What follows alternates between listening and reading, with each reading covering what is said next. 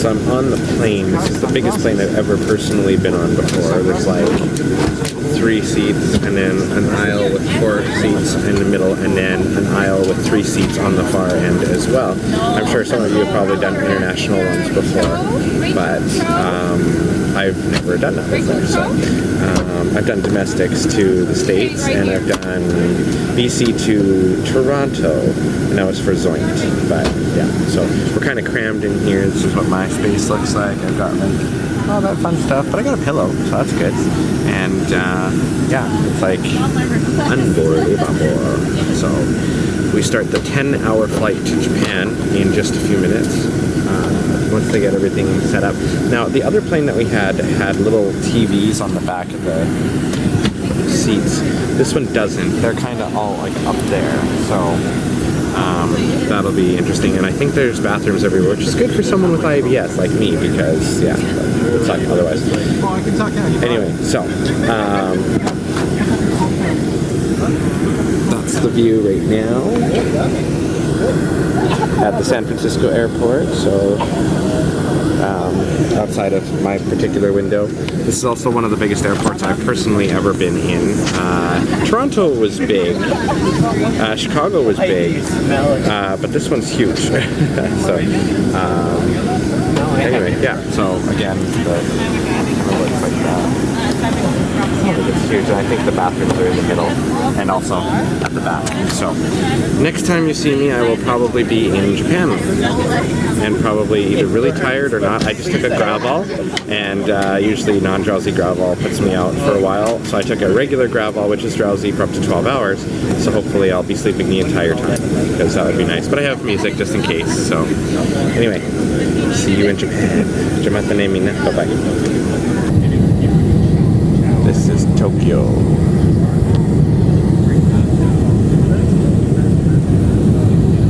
Tokyo is below us.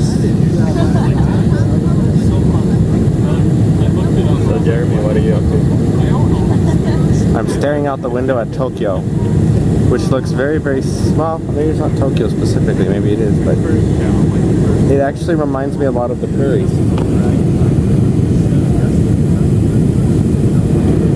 Interesting. I was thinking like there'd be this huge metropolis and...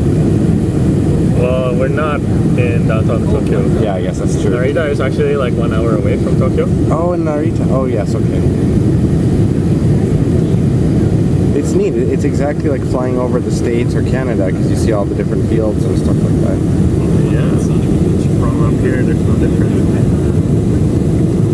In this gigantic plane, like I can't believe how big that wing is. Unbelievable.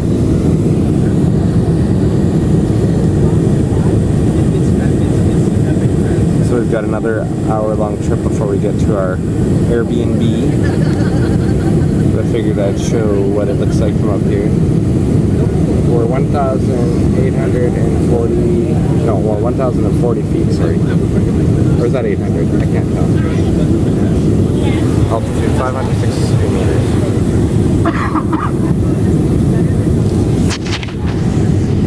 So, very long flight, but I slept through most of it. Actually, I took one regular strength Gravol, and I think I slept like 7 hours. It was a 10-hour trip, roughly. So, that helps a lot. And I love Gravol for that. And it's like a natural thing, so it's not bad for you. But anyway, so we're about to land in Narita, and then we've got an hour-long trip to Tokyo. So, see you guys then. Jamata ne mina.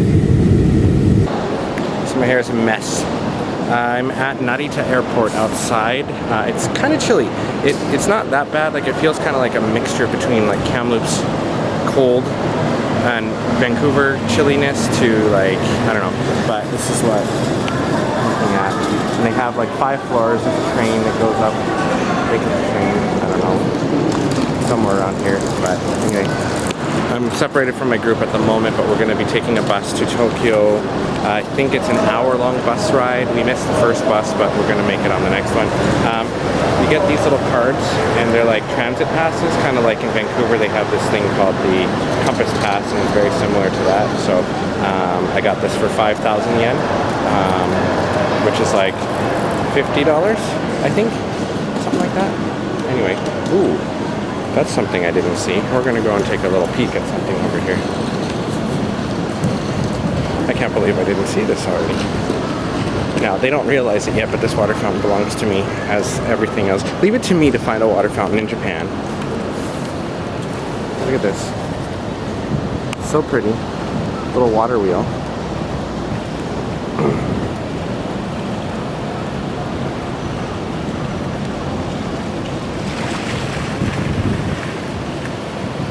Certificate of Appreciation from the Commissioner of Japan Tourism Agency. Look at that. I love water wheels. This is really pretty. Little water thing. All the flowers and stuff. So they don't realize it yet, but this belongs to me. Just like I say all the time. But no, it's kind of surreal being here. And you know, let's do it this way. And let's get my water wheel in the background here. It's kind of surreal being here because, again, I never really thought this day would come, but here I am, standing in Narita, in Japan. So, more to come, I suppose. So, I'll vlog a little bit as we go along. My adventures, so you can join me here. And yeah, I slept on the plane, like I said, so I'm good to go. I should have it like this because that's just a really neat shot. My hair is like ridiculously messy. I basically have been traveling since 1 or 2 o'clock yesterday because I drove from Kamloops to Vancouver, and then from Vancouver we flew to San Francisco, and then from San Francisco I slept for 7 hours on the plane, and for 3 hours I was kind of in and out of consciousness. Ate some great little bread and cookies. The cookies were delicious. And now we're here, and it's weird. My IBS so far hasn't been that bad, like knock on wood, but it's hard to explain.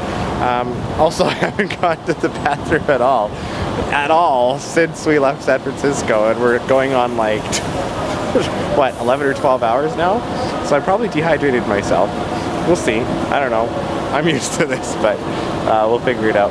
Okay, I'll leave it at that for now. Jamata Nemi now. We'll see you later.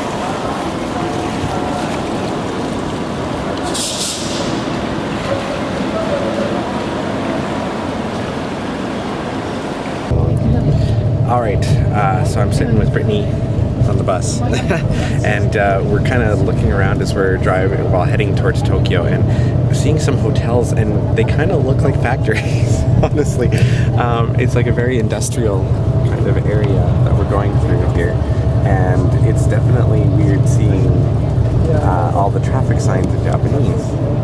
I guess it's hard to kind of see, but we're about probably 35 kilometers away from Tokyo now. Roughly, but as you can see, it's cloudy outside, and much of the trip so far, it reminds me of Vancouver, with the interspersing of the trees and everything. It's just really, really pretty and really nice. But that's definitely one thing that's really weird, and I wish I would have had the camera out at the time that we were passing by the hotels, because, like I said, they look like factories, which is really strange. So I also just realized that I lost my sunglasses on the plane, so I'll have to get some new ones. Anyway, so yeah, more later. Getting hungry. So now we're in Tokyo. It's like very industrial.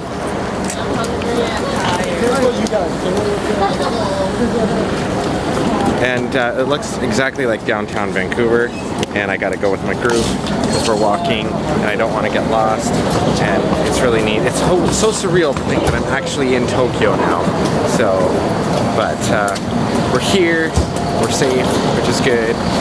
All that's going through my mind, though, is how industrial it seems, and how very much like Vancouver, downtown Vancouver it is.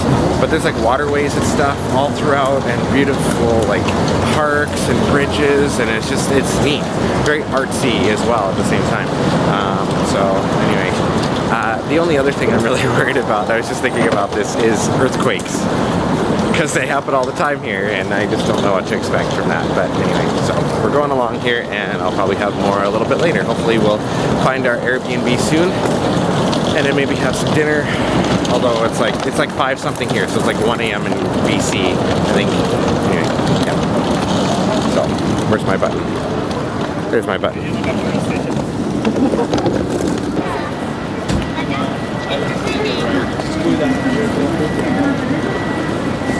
The other side.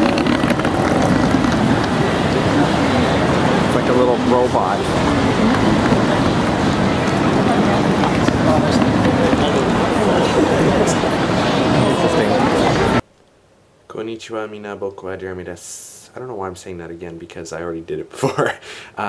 It's nighttime now. It's about 9 o'clock on our first day in Japan, in Tokyo.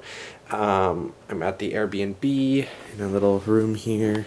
Got my stuff all over the place, of course. Nice cozy little room. I wanted to show you something that's really odd to me. First of all, these doors are so tiny. Like, if I'm going through it, my head literally touches it as I'm going through. But the beds are actually long. Like, they're quite long, which is really nice to have and to see. Oh, there's Rajan. Hello. Just doing my last closing off little vlog thing. Tell us what you think about the toilet. If you guys ever want to have a very satisfying experience for your bum, a Japanese toilet is the way to go. Yes. Although it can rape you, as Radius can probably give a better account of. Yes. Actually, we should show them the toilet. That's one thing I was going to do. This is the weirdest thing. I'm not used to toilets being in a different room, but I mean, there's like the shower room is there, and then the bathroom is right there. Toilet is right here. So this is the toilet area, and there's like all these little things on it. I'm assuming there's like bidet, and I don't even know. I don't even bother with that. I've never seen a toilet that's like hooked up electrically before. But the neatest thing is when you go to flush the toilet, there's a faucet on top that spits out fresh water, and that's what you use to wash your hands with right afterwards, and then it reuses the water and it puts it into the bowl for the next flush, which is actually really, really neat because Japan likes to conserve water, and I think that's actually a great idea. So, but it's very, very different. All these little cultural things that are different. Anyway, I'll take you on a tour of the house maybe in the morning. But that's it for now, for today's vlog. So have a good night, everyone. Jamatane, and I'll see you again soon.